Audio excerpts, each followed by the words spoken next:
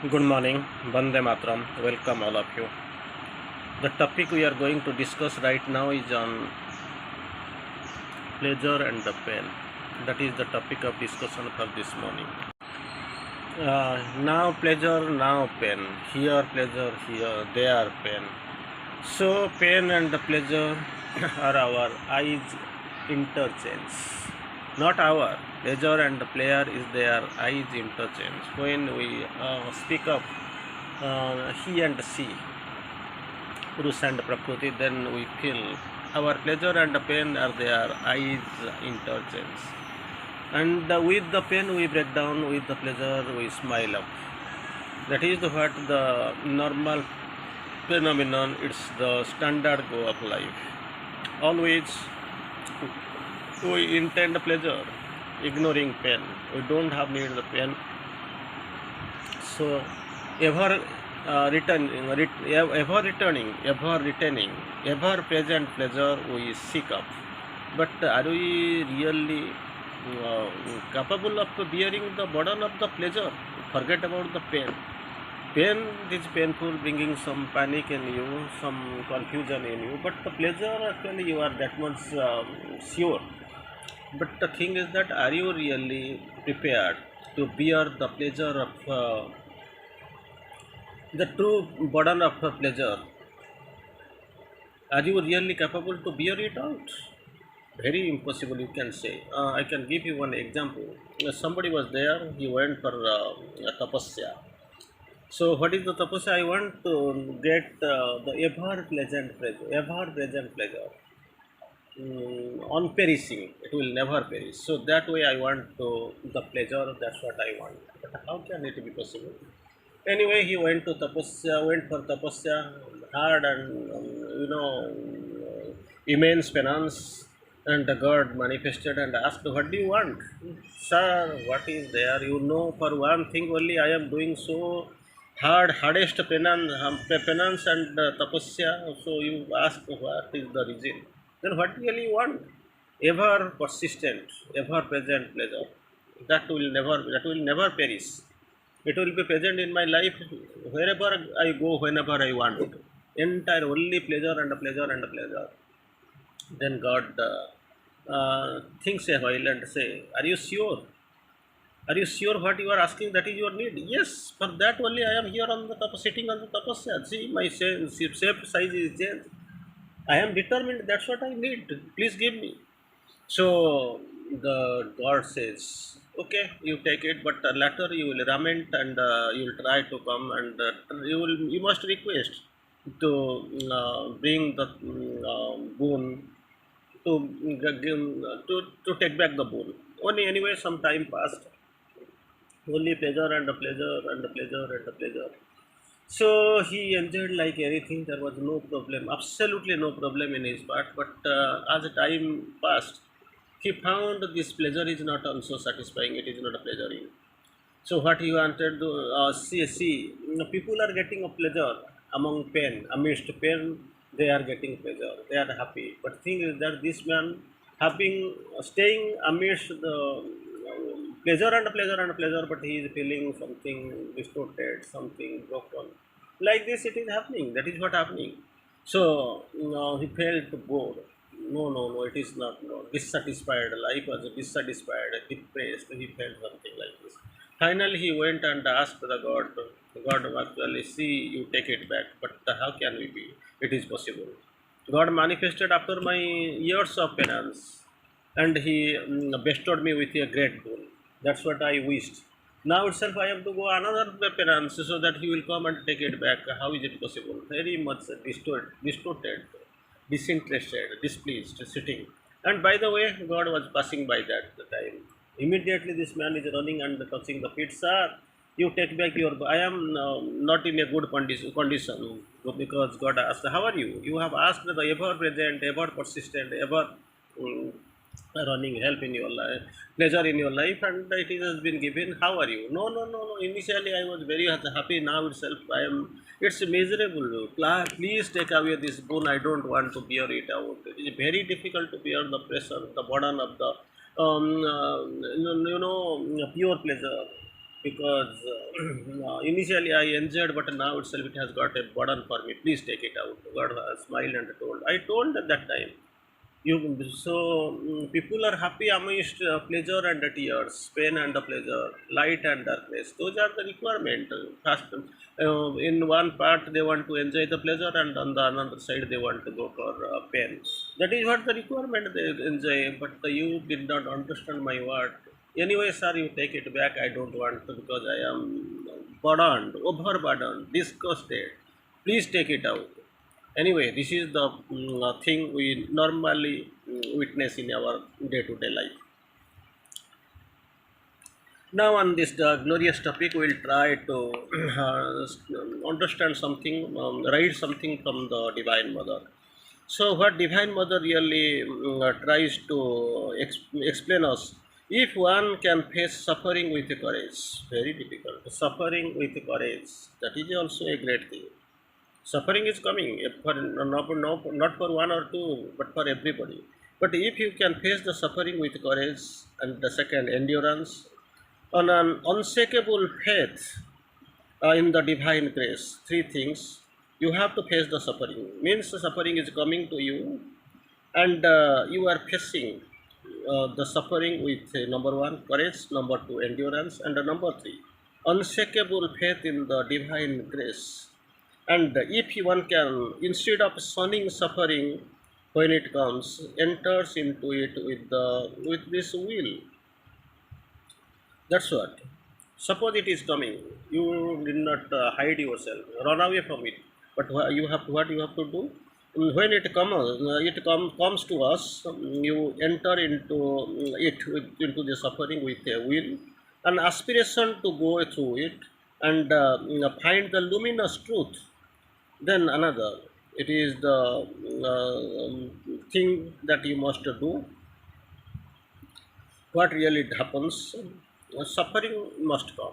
You have to face with courage, endurance, and unshakable faith in the divine grace. Then what in the next phase? Instead of shunning suffering when it comes, shunning, you are not banning, you are running, not running away.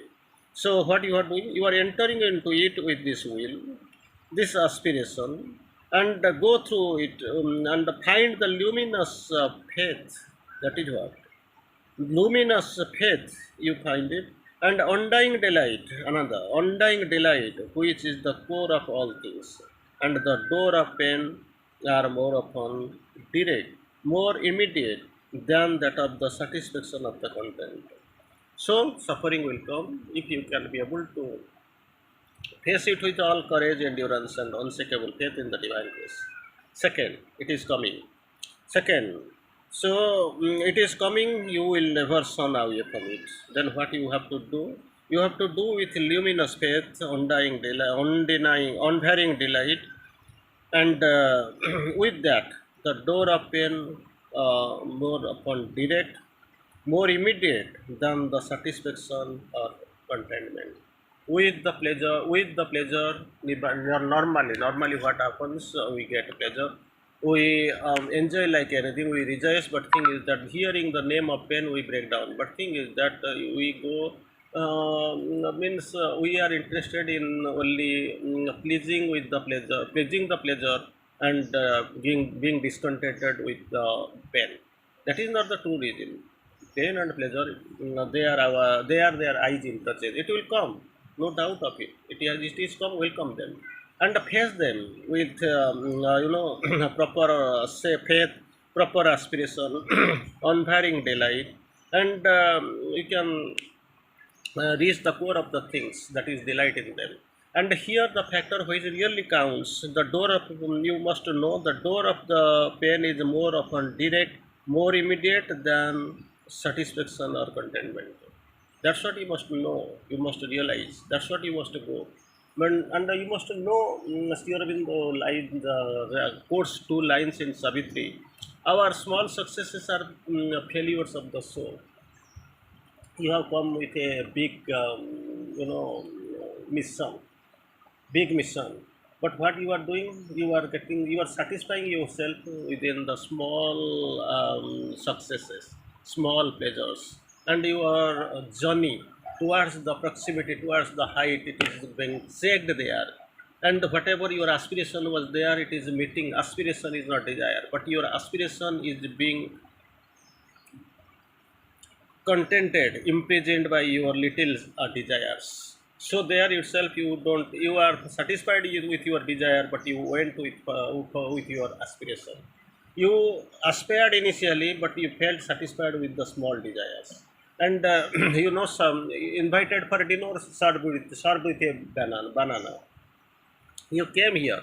You came here for divinization, for supramentalization, for spiritualization, for transformation, for perfection, for supramentalization. You came here, but actually you are remaining satisfied with the small bounds of the humanity, surface nature, surface ambitions of the human nature, with which you are tired, you are tagged. That is what being seen very clearly, and this is the failure of the soul.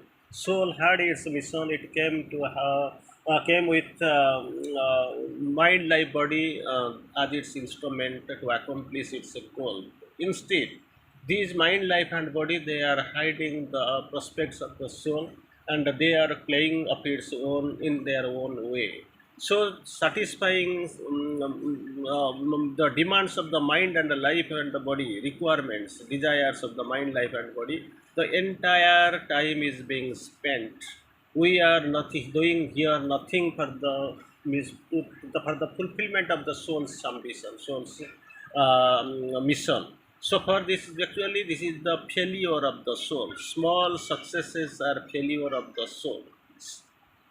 Invited for dinner but served with a banana. With the banana, you are happy because Mayfair is beyond your reachability. Once you have gone, you have seen, okay, I am happy that I have reached, I have seen this Mayfair. But the thing is that you completely forgot that you came for the dinner. But with a simply with a banana, you are happy and you are going back. And second line Sri Aurobindo quotes, his small successes are failure of the soul.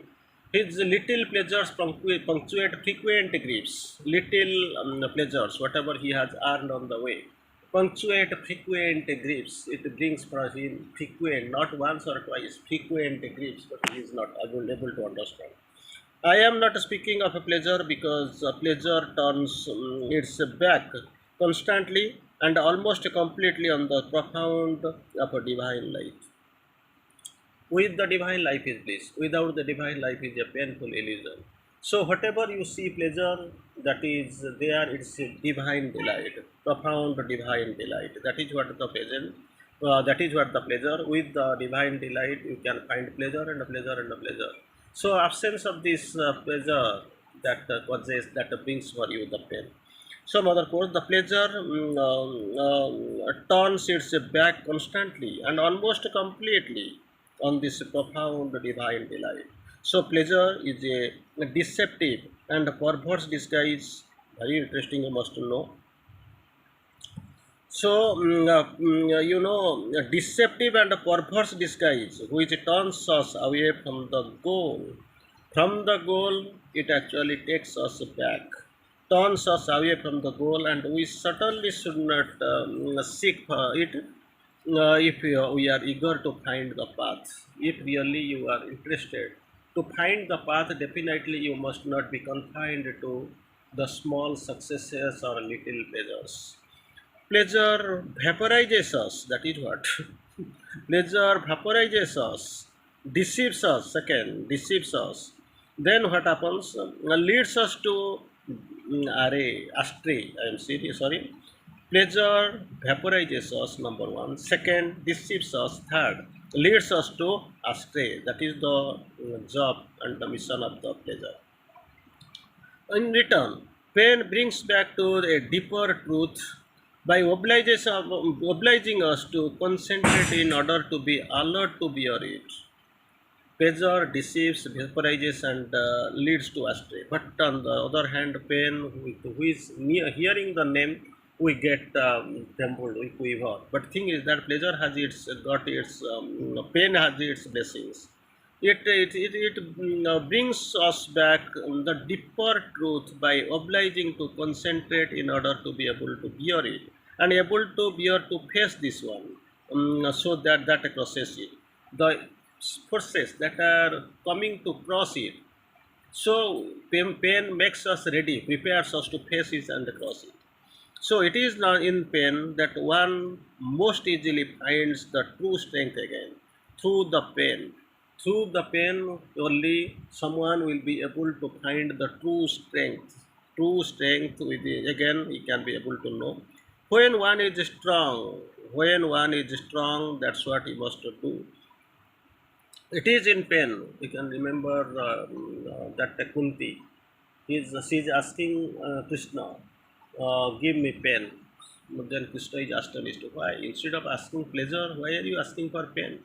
You don't know. Whenever there is a pain with us, then you know you will be with us. When we had pain, we had suffering, you were with us. Then we had nothing absolutely. We were suffering, fighting, struggling like anything. Now itself we have everything, but you want to go away from us. So for that, the purpose of us is to get united with you, to stay with you. For that, if pain, I have the idea that with the pain you will be there with us. So I think pain is required for me instead of pleasure, so that I will be amongst you, amidst you, with you. So it is the pain that one most easily finds the true faith again. So it is the pain that one most easily finds the true faith again. The faith is something which is above and beyond all pain. So you must know pain is something in the it is in the pain that one most easily finds out the true faith again. And the faith, this faith, the true faith, which is something which is above and beyond all pain. This unshakable faith, it comes only through the pain. So pain and the pleasure are their eyes interchange. We have the need of pain and the pleasure, but the thing is that most probably we are not at we are satisfying our pleasure, but we are forgetting our pain. Pain is the we must be able to know pain is the signature of ignorance, attesting the secret gods denied by life. Pain is the hammer to break the earthly resistance, our lethargy. Pain, plows the hard ground of the inconscience. Pain has its use. Pain actually gives us, makes us capable of finding the true faith. This faith, which is actually clearly above and beyond all pain. If that faith is there, you have gained, then nothing will stop you from achieving the divine grace. And once the divine grace you have got, then pleasure and pain are same for you. Only everything turns only pleasure and pleasure. That is the requirement. Anyway, it's time for you us to stop here. Vande Mataram.